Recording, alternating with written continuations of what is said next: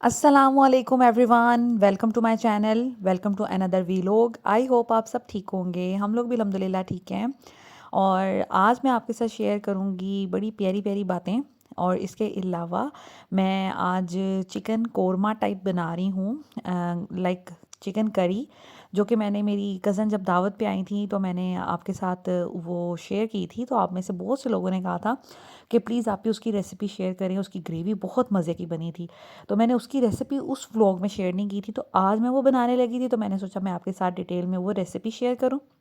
उससे पहले अभी मैं किचन में आई थी। वैसे तो हम लोगों ने ब्रेकफास्ट कर लिया था, लेकिन अभी ना मुझे ऐसे क्रेविंग हो रही थी। शायद मैं नहा के आई थी, दैट्स वाई मुझे लग रहा था कि थोड़ी चाय पीती हूँ, साथ में कुछ थोड़ा बहुत कोई केक या बिस्किट लेती हूँ और थोड़े से कोई ड्राई फ्रूट्स ले लूँ। तो बस ऐसे दिल कर रहा था। आज वैसे भी ठंड थी, बारिश होती रही है रात में भी और दिन में भी बारिश चलती रही है। तो फिर मैंने सोचा कि चले क्यों ना मैं चाय बनाती हूँ और मज़े से अपना मी टाइम एंजॉय करती हूँ। और साथ साथ मैं आपके साथ शेयर करूँगी, मैंने अभी कल एक पोस्ट शेयर की थी कम्युनिटी में कि आप लोग कौन कौन से सीरियल्स देख रही हैं आजकल, मेरी होम मेकर्स। और इसके अलावा एक ये मैंने पोस्ट शेयर की थी और एक ये शेयर की थी कि क्या मुझे इस ड्रामे का रिव्यू करना चाहिए। तो सबसे पहले जो मैंने पोस्ट की थी उसमें ये था कि मैंने 3-4 ड्रामास की लिस्ट शेयर की थी, जिसमें से कुछ लोगों ने कहा था कि हम पामाल ड्रामा देख रहे हैं। और उसके बाद मैंने एक पोस्ट शेयर की थी जिसमें मैंने कहा था कि क्या मुझे इसका रिव्यू शेयर करना चाहिए। तो आप में से कुछ लोगों ने कहा था जी। तो बेसिकली मेरा ये सब कहने का मकसद कुछ और था। मैं कोई ड्रामा रिव्यू करने वाली नहीं हूँ, या मैं एक नई नीश शुरू नहीं करने वाली, या मैं एक नया कोई ट्रेंड नहीं शुरू करने वाली, लेकिन मैं आपके साथ अपना एक्सपीरियंस शेयर करना चाहती हूँ।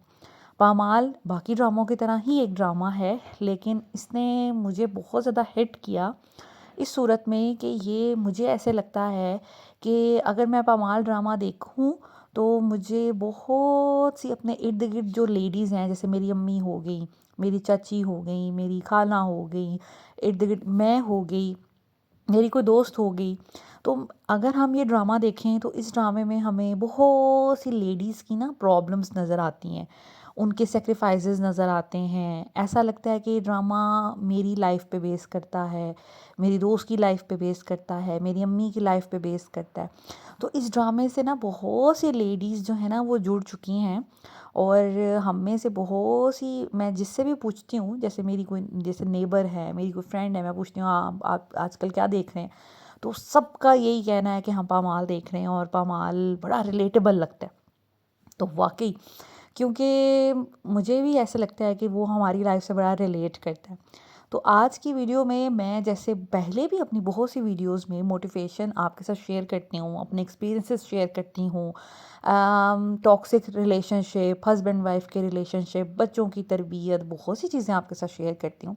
तो ये बेसिकली एक ड्रामे का रिव्यू नहीं है, ये वैसे ही एक मोटिवेशन है, या अपना एक्सपीरियंस है, या फिर आजकल की जो बच्चियां हैं उनके लिए एक सबक होगा इस मेरी वीडियो में, जो कि आपको देखकर फील होगा कि हाँ वाकई ऐसा होता है। और मैं जो बातें करूँगी इंशाल्लाह ताला आपको भी ज़रूर हिट करेंगी। तो स्टार्ट करते हैं इसका रिव्यू। तो यहाँ पर सबसे पहले मैं बात करूँगी मलिका, जो एक लड़की थी। और उसकी लाइफ में जैसे ये ड्रामा स्टार्ट होता है, उसमें दिखाते हैं कि बड़ी चंचल, बड़ी शौक और बड़ी फ़न लविंग टाइप थी, और बड़ी ज़िंदगी से भरपूर एक लड़की थी जिसके ख्वाब थे। मेरा ख़्याल है कि कोई भी ऐसी लड़की नहीं होती जिसके ख्वाब ना हो और जो शौक और चंचल ना हो।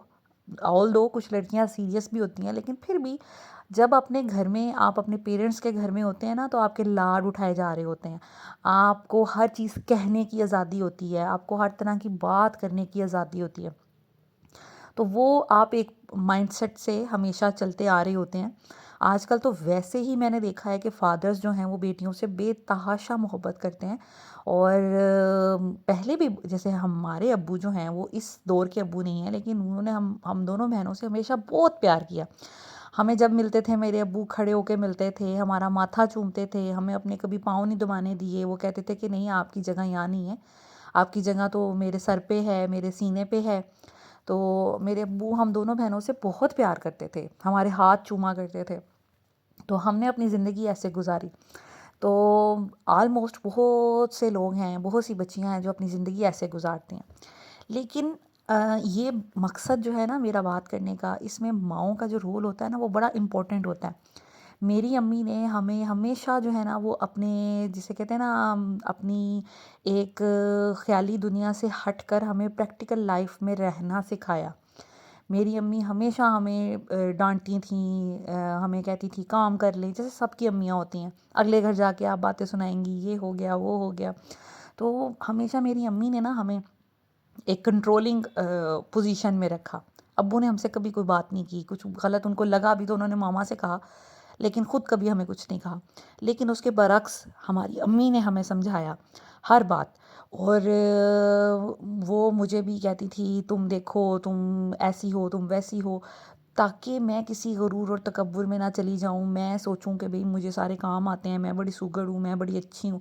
उन्होंने एक, जिसे कहते हैं ना, बैलेंस रखा मेरी पर्सनैलिटी में, कि कहीं ये ओवर ना हो जाए, ये कहीं आगे से आगे बढ़ ना जाए, या अपने आप को कोई बहुत कुछ कोई समझने ना लग जाए।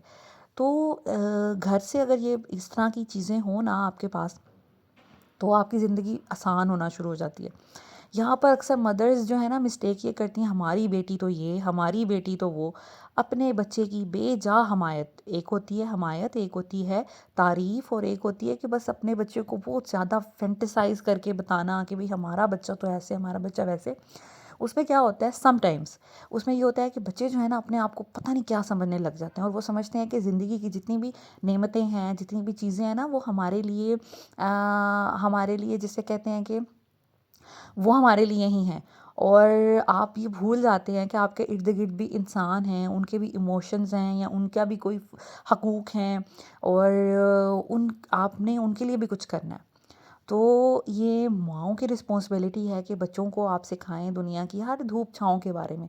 आप उनको हर तरह के माहौल में रहना सिखाएं, हर तरह के लोगों में रहना सिखाएं, हर तरह के माहौल में एडजस्ट करना सिखाएं। उससे ये होता है कि आपके बच्चे की ज़िंदगी ही अच्छी हो जाती है। तो मलिका ने स्टार्ट जो उसका हम देखते हैं, लेकिन मुझे उसकी मदर की बहुत अच्छी बातें लगती थी। उसकी मदर की एक्टिंग और उसकी जो बातें, डायलॉग्स थे, और इतने प्रैक्टिकल, जो वाकई एक अच्छी मदर में होने चाहिए, या जो मैं अपनी मदर में देखती हूँ। मेरी अम्मी ऐसे ही करती हैं।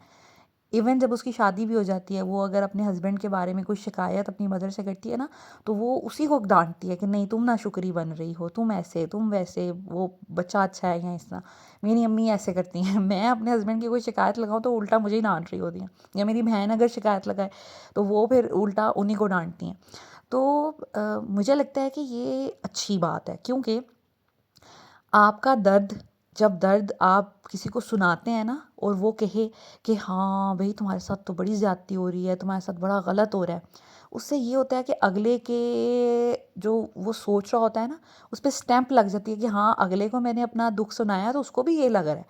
तो आपको एक एक जिसे कहते हैं रजिस्ट्रेशन मिल जाती है कि हाँ भाई मैं तो ठीक हूँ, मेरा दर्द तो ठीक है। जबकि जब भी किसी का दर्द सुने, किसी की तकलीफ़ सुने, तो उसको सारे आस्पेक्ट उससे सुने, और उससे सारी बातें सुन के आप उसको कुछ ऐसा मोटिवेशन दें कि उसमें उसको लगे कि हाँ मैं 100% ठीक नहीं हूँ, या अगला 100% रॉन्ग नहीं है, कुछ दरमियानी रास्ता। इस तरह क्या होता है कि या मैं आपको आगे चल के बात बताऊंगी जब हम कंक्लूजन इसका करेंगे। सो जैसे स्टार्ट हुआ, उसके बाद उसकी शादी हो जाती है। शादी उसकी टोटली डिफरेंट पर्सन से, जो शायद उसने सोचा भी नहीं होगा कि मुझे ऐसा अपने ख्वाबों का शहज़ादा मिल जाएगा, इतनी अच्छी पर्सनैलिटी वाला, या इतना वेल ऑफ, और इस तरह। ठीक है। तो उसके बाद उसकी कंप्लेंट्स शुरू हो जाती हैं कि मेरी पसंद से नहीं हो रहा, ग्रोसरी करनी है तो मेरी पसंद से नहीं हो रही, कोई शॉपिंग करनी है तो मेरी पसंद से नहीं हो रही, हस्बैंड की पसंद का खाना बन रहा है, हस्बैंड की पसंद से शॉपिंग हो रही है, मैं कपड़े पहनूँ तो हस्बैंड की पसंद से पहनूँ। तो ये देखें, ऐसा हमारी कम्युनिटी में, हमारी सोसाइटी में 80% ऐसा ही होता है। आपकी शादी हुई उसके बाद जो जितनी भी लड़कियां होती हैं ना, वो डायरेक्टली या इनडायरेक्टली अपने हस्बैंड की पसंद के मुताबिक जीना शुरू कर देती हैं, ताकि उनको कोई बात बुरी ना लगे। अच्छी बीवी बनने के लिए, अच्छी बहू बनने के लिए वो अपना आप मार देती हैं। ऐसा होता ही होता है, ये बड़ी ही कॉमन बात है। लेकिन मैं यहाँ पे आपको एक बात बताऊंगी कि जब आप किसी के घर जाते हैं ना, या आपकी शादी होती है, आप एक नए माहौल में जाते हैं, आपको एडजस्ट करना मुश्किल लगता है, क्योंकि बज़ाहिर देखने में अगर कोई आप गरीब हैं, वेल ऑफ लोगों में आपकी शादी हो जाए, तो उसका ये नहीं मतलब होता आपके सारे दुख दूर हो गए। अगला वेल ऑफ है, लेकिन उसकी क्या मेंटालिटी है, क्या उसकी साइकोलॉजी है, ये आपको नहीं पता। पैसा हर खुशी की ज़मानत नहीं हो सकता, इसी तरह गुर्बत भी हर दुख का ये नहीं हो सकता कि हर दुख ही गुर्बत की वजह से है। ज़िंदगी जो है ना, वो बहुत ज़्यादा कॉम्प्लिकेटेड है। आपको हम इन एज ह्यूमन हमें होता है कि हर चीज़ परफेक्ट होनी चाहिए। जैसे एक सीनरी है बड़ी खूबसूरत, उसमें हर रंग, हर जो भी नक्श किया हुआ है, सब कुछ बड़ा प्यारा लगता है, लेकिन ये सिर्फ दुनियावी चीज़ें हैं, या ये जिसे कहते हैं कि ये नॉन लिविंग थिंग्स है। जो जिस इंसान में भी जान है, जो चीज़ ज़िंदा है, या रिलेशनशिप्स हैं, हमारी हमारी इंटरेक्शन है लोगों के साथ, वो बड़ी प्रैक्टिकल है, और उसमें ऐसा नहीं हो सकता कि जैसा आप चाहें अगला भी बिल्कुल हूबहू वैसा हो। ऐसा बहुत कम होता है, मतलब बहुत रेयर होता है। तो जब आप किसी के घर जाते हैं, आपकी शादी होती है, तो स्पेशली हमारी कम्युनिटी में ये एक्सपेक्ट किया जाता है कि जो औरत है वो ही मर्द के मुताबिक ढले। कभी भी मर्द ये एक्सपेक्ट नहीं कर सकते, या हम नहीं एक्सपेक्ट कर सकते कि जी मर्द हमारी मुताबिक ढले। ऐसा नहीं होता हमारी कम्युनिटी में। बाकियों की होता होगा, लेकिन हमारी में नहीं होता। स्पेशली जो इंडिया, पाकिस्तान, ये इस तरह के हम लोग हैं।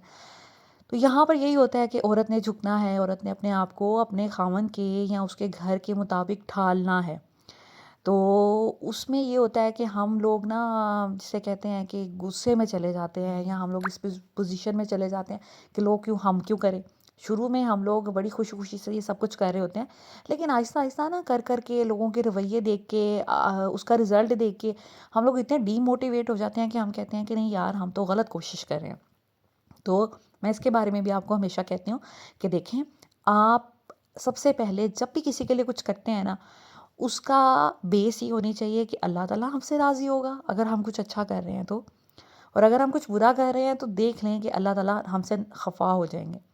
उसके बाद आप ये देखें कि प्रायोरिटी आपकी क्या है। आपका क्या ज़मीर मुतमईन है कि आपने जो कुछ किया वो अच्छा किया? तो आपका ज़मीर जो है ना, वो तो कल को नहीं आपको मलामत करेगा कि भाई आपने क्या किया। तो अल्लाह के बाद आपका ज़मीर, उसके बाद आपकी प्रायोरिटी ये होनी चाहिए कि आपके हस्बैंड आपकी प्रायोरिटी होनी चाहिए, और ये कि वो आपके आपसे वो खुश हों। आपको अल्टीमेट जो आपका मोटिव है, वो अपने हस्बैंड को खुश करना है, ठीक है, ना कि उनके घर वालों को या बाकी लोगों को। वो एक सेकेंडरी थिंग है, ठीक है। ये हस्बैंड की खुशी भी इनडायरेक्टली अपने घर वालों, अपने सिबलिंग्स, अपने पेरेंट्स के साथ कनेक्टेड होती है।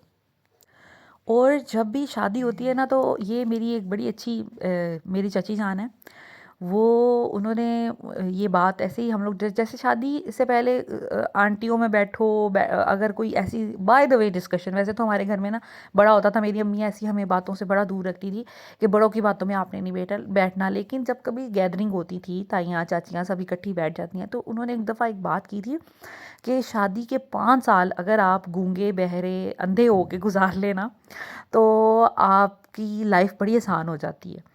और शादी के 5 साल आपने एफ़र्ट करनी है कि आपने अपने ससुराल वालों की, आपने अपने हस्बैंड की डॉक्टर भी बनना है, नर्स भी बनना है, आपने उनकी हर तरह की जैसे हेल्पर होता है वो भी बनना है, और आपने सारे काम उनके करने हैं, सारी रिस्पॉन्सिबिलिटीज़ उनकी पे करनी है।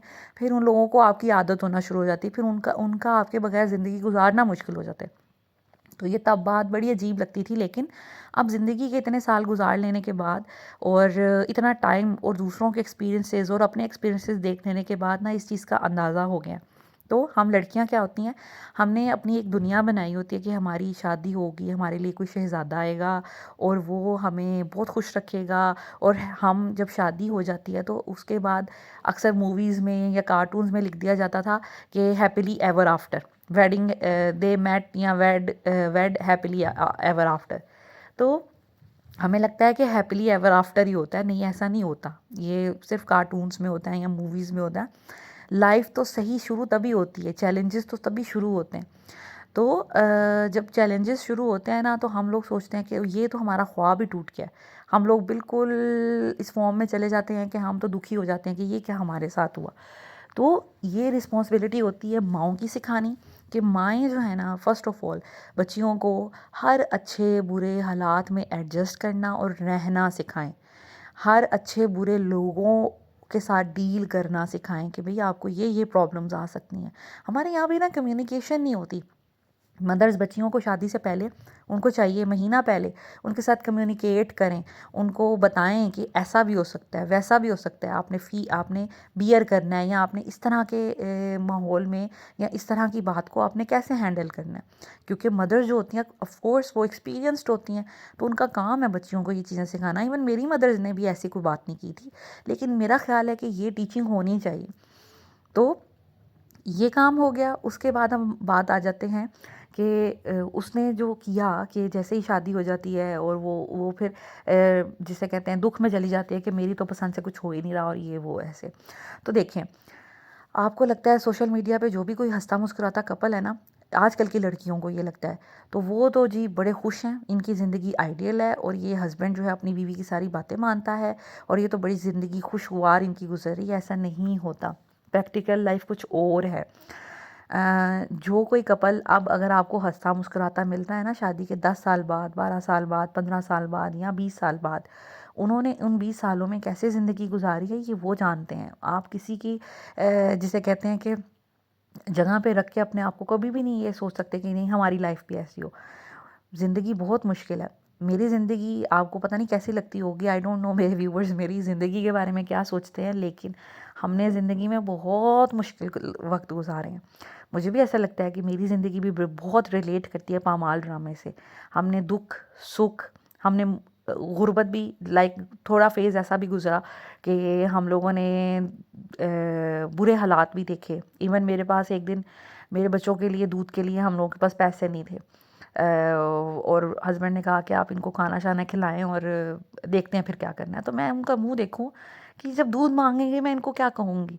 तो ऐसा भी हुआ है, हमने गाड़ी के बगैर बाइक में सर्दी में आना जाना, गर्मी में आना जाना हमने बर्दाश्त किया है। ऐसा भी टाइम आया है कि जब बाइक भी नहीं थी और हमने 1 साल बगैर गाड़ी बगैर बाइक के गुजारा और हमारी सोशल लाइफ बिल्कुल डिस्टर्ब हो गई थी। हम बाहर ही नहीं जाते थे कि टैक्सी वगैरह में जाना पड़ेगा, और बच्चे जो हैं ड्राइवर से डरते थे, टैक्सी ड्राइवर जो होते हैं। तो फातिमा बहुत परेशान हो जाती थी कि हम ये कहाँ किसकी गाड़ी में बैठे हैं और ये बंदा कौन है जो गाड़ी चला रहा है, तो वो डर जाती थी। तो हम लोगों ने बाहर अंदर आना जाना बंद कर दिया। तो मतलब ज़िंदगी में बहुत से बुरे बुरे हालात गुजरते हैं। अब अगर आपके पास कुछ है या आप दिखते हो कि भाई ये तो बहुत अच्छे कपड़े पहनते हैं, बहुत अच्छा खाते पीते हैं या घूमते फिरते हैं, तो इट डज़न्ट मीन कि हमेशा ऐसे है। और अभी हम किस हालात में हैं, आजकल हम किस हालात में हैं, आपको नहीं पता कि आजकल मैं क्या चीज़ें फ़ेस कर रही हूँ। तो ज़िंदगी बहुत कॉम्प्लिकेटेड होती है और किसी को जस्ट 20 मिनट की वीडियो से, 30 मिनट की वीडियो से या 2-4 मिनट के क्लिप से देखकर ये नहीं सोच लेना चाहिए कि भाई ये आइडियल बंदा है, हमारी लाइफ तो ऐसी होनी चाहिए। उसके बाद आ जाते हैं कि हर कपल की लाइफ में ऐसा ज़रूर टाइम आता है ज़िंदगी में, बल्कि ऐसे बड़े टाइम आते हैं जब पैसे की तंगी होती है, क्योंकि हालात एक जैसे नहीं रहते और अल्लाह ताला लेकर भी आज़माते हैं, देकर भी आज़माते हैं। कभी आपके पास पैसे की फरावानी होती है, कभी बिल्कुल ही मुफलिसी चल रही होती है। तो ऐसा सबके साथ होता है। उसके अलावा कभी आपस में लड़ाई झगड़े, फ़िज़ूल छोटी-छोटी बातों पे आप लोग एक दूसरे से खिजना शुरू हो जाते हैं, परेशान होना शुरू हो जाते हैं। या एक आपको अपने हस्बैंड की बातें, वो नॉर्मल बात भी कर रहा होगा तो ऐसा लग रहा है कि ये तो मुझे नोच रहा है बंदा। या बीवियाँ ऐसे होती हैं कि वो घर की सारे काम की रूटीन से थकी टूटी वो सारा अपना गुस्सा अपने हस्बैंड पे निकाल रही होती हैं। तो उस सूरत में रिलेशनशिप ऐसे लगता है कि ये तो क्या हम किस सिचुएशन में ज़िंदगी गुजार रहे हैं। तो बहुत सी ऐसी चीज़ें होती हैं। इसके अलावा कभी किसी ने कुछ कह दिया, कभी सास-ससुर के मसले मसाइल, कभी उनके ना मसले मसाइल हों, आप लोग हैप्पीली रह भी रहे हैं, तो आपकी अम्मी, अब्बू, बहन, भाई बीमार हो जाते हैं या उनके फाइनेंशियल सिचुएशन ख़राब हो जाती है, तो आप दुःख में चले जाते हैं कि आप उनके लिए कुछ कर नहीं सकते, तो आप दुखी हो जाते हैं। इसी तरह अगर हस्बैंड के पेरेंट्स, बहन भाई परेशान हैं तो वो भी परेशान हो जाते हैं। तो आपके घर में ये सिचुएशंस चलती रहती हैं। फिर उस सिचुएशन में मेरा ख़्याल है एक अच्छे इंसान का ना खाने को दिल कर रहा होता है, ना पीने को, ना एंजॉय, ना हंसने, ना बैठने को दिल कर रहा होता है। तो उस सिचुएशन में ये है कि आपके घर में परेशानी आ जाती है। तो जैसे रज़ा और जो मलिका है उनकी लाइफ में आई, फाइनेंशियल सिचुएशन आई, एफआई का केस हो गया, तो ऐसा बहुत से लोगों के साथ हो जाता है। बहुत से लोग बेवजह चीज़ों में फँस जाते हैं, बेवजह इस तरह के जिसे कहते हैं कि केसेस में फँस जाते हैं, जिनका कोई कसूर नहीं होता, यकीन करें। तो उस सिचुएशन में फैमिली पे क्या गुज़र रही होती है, ये फैमिली जानती है। और जो बीवियाँ होती हैं ना, मेरा ख़्याल है वो डटी रहती हैं। कोई बहन-भाई, कोई माँ-बाप साथ छोड़ भी जाए, बीवियाँ जो है ना डटी रहती हैं, और अच्छी जो बीवियाँ होती हैं। तो ऐसी चीज़ें भी आती हैं, उनका मुकाबला कैसे करना है, उसके लिए अपने आप को सिक्योर कैसे करना है। उसके बाद बीमारी, जैसे अभी जो फ़ेज़ चल रहा है मल्लिका की ज़िंदगी में, रज़ा बीमार हो गया, उसकी डेथ हो गई, तो उसके लिए मैं एक यहाँ पे बहुत बड़ा सबक है। जैसे मैंने आपको बताया कि इस ड्रामे से हम रिलेट करते हैं ख़ुद को, लेकिन बहुत सी चीज़ों से हम लोग सीखते भी हैं कि हमने कैसे ज़िंदगी गुजारनी है। जैसे आजकल ये जब मैंने ड्रामा देखा, ये एपिसोड्स देखी, तो मुझे फ़ौरन आया यार, जैसे ही अब मेरे हस्बैंड जैसे आजकल भी दुबई गए हुए हैं, मैंने उनको कॉल की, मैंने कहा आपने जब यहाँ पे आना है ना, तो हम लोगों ने अपने टेस्ट करवाने हैं फुल बॉडी। तो वो हंसने लगे, क्यों क्या हुआ है? मैंने कहा नहीं, मैंने बस करवाने हैं। मैंने फिर उन्हें बताया मैंने ऐसे एक ड्रामा देखा है। तो अचानक बीमारी जब डायग्नोस हो जाती है ना, फिर आप कुछ नहीं कर सकते। लास्ट स्टेज का कैंसर इज़ मतलब वो डेथ है आपकी। तो बेहतर ये है कि हम लोग अर्ली स्टेज पे ही अपने आप का मतलब अपने आप का पूरा ट्रीटमेंट करवाएं या अपने आप को चेक करवाएं, ताकि हम ऐसी किसी सिचुएशन में पड़ ही ना सकें। हर 6 महीने साल बाद आपको एटलीस्ट अपनी फुल बॉडी का टेस्ट करवाना चाहिए। तो मैंने भी अब करवाना है, मैंने अपने हस्बैंड से भी कहा था, क्योंकि देखें जितनी इम्पोर्टेंट मेरे हस्बैंड है ना हमारे लिए, मेरे बच्चों के लिए, मेरे लिए, उतनी ही इम्पोर्टेंट मैं भी हूँ अपने हस्बैंड के लिए और अपने बच्चों के लिए।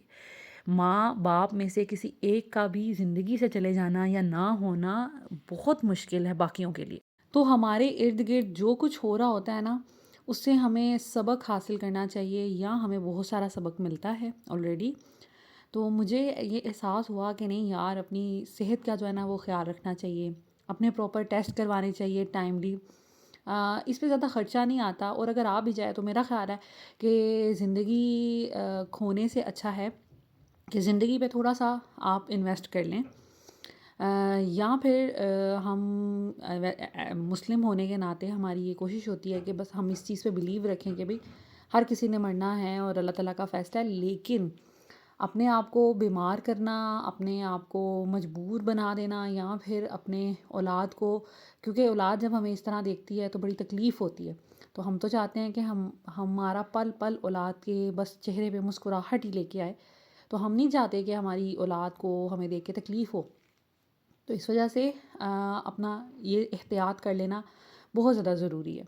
तो मुझे फिर ये एहसास हुआ कि नहीं, अभी हमने फिर अपने टेस्ट करवाने हैं, ताकि अगर कोई बीमारी हो भी खुदा न खास्ता, तो टाइमली डायग्नोस हो जाए और उसका टाइमली इलाज हो जाए, बजाय इसके कि लास्ट स्टेज पे पहुंच के आप सिर्फ इंतज़ार कर सकें। तो ऐसी बहुत सी सीख हमें इस ड्रामे से मिलती है। मुझे बहुत अच्छा लगा ये। एक तो हर औरत की ज़िंदगी से ये रिलेट करता है, और दूसरा ये कि इससे हमें बहुत कुछ सीखने को मिलता है कि हमने अपनी ज़िंदगी कैसे गुजारनी है, सब्र कैसे करना है, फिर अल्लाह ताला की नेमतों का शुक्र कैसे करना है, अपनी लाइफ पार्टनर से फ़जूल की बहस तकरार नहीं करनी। यहाँ पे बहुत से लोग शायद मुझसे डिसएग्री भी करें, लेकिन यकीन करें कि देखें, जब हस्बैंड एक कोई बात आपको कह देते हैं ना कि ये मेरी तरफ से डिसअलाउड है या ये चीज़ मुझे पसंद नहीं है, तो फिर औरत वो काम करे, तो इसका मतलब है वो जानबूझ के एक लड़ाई का घर बना रही है। आप किसी के मुताबिक अगर ढल जाएँ, या तो किसी के मुताबिक ढल जाएँ या किसी को अपने मुताबिक ढाल दें, और आप यकीन करें कि एक जो बेवकूफ़ औरत होती है ना, वो चाहे जितना मर्ज़ी समझदार शख्स हो, उसको ज़लील करवा देती है।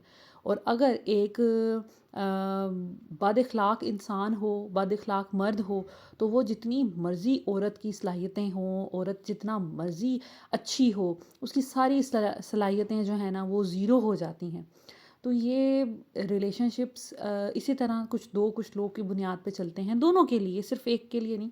लेकिन हमारी कम्युनिटी में क्योंकि औरतें इंडिपेंडेंट नहीं होती, और औरतें, हमारा ब्रॉट अप ऐसे कर दिया जाता है कि हमें अगले की माननी पड़ती है। लेकिन मैं कहती हूँ कि अगर सब्र शुक्र के साथ अगले की मान ली जाए, तो शायद ज़िंदगी में एक ऐसा टाइम ज़रूर आता है, अगला रिकॉग्नाइज़ करता है कि भाई इसने मेरे साथ अच्छी ज़िंदगी गुजारी, या ये अच्छी है, या ये जिसे कहते हैं कि एक अच्छी बीवी है। और आपका भी टाइम आता है और अल्लाह ताला सब्र करने वालों के साथ है। ये वीडियो किसी ड्रामा की रिव्यू की नहीं थी, क्योंकि ये मेरी नीश नहीं है और ना मैं ये करती हूँ, आपके साथ किसी भी सोशल इवेंट पे बात नहीं करती। लेकिन मुझे लगा कि ये ड्रामा जो है वो हर औरत की ज़िंदगी की अक्कासी करता है, हर औरत की ज़िंदगी से रिलेट करता है। दैट्स वाई मुझे लगा कि मुझे इसको आपके साथ शेयर करना चाहिए, और इसमें बहुत सी मोटिवेशन हमें मिलती है और बहुत सी सीख मिलती है हमें, स्पेशली नई बच्चियों को जो तरह तरह के ख्वाब सजा के अगले घर जाती हैं। So this is it. Thank you so much for watching. Take care.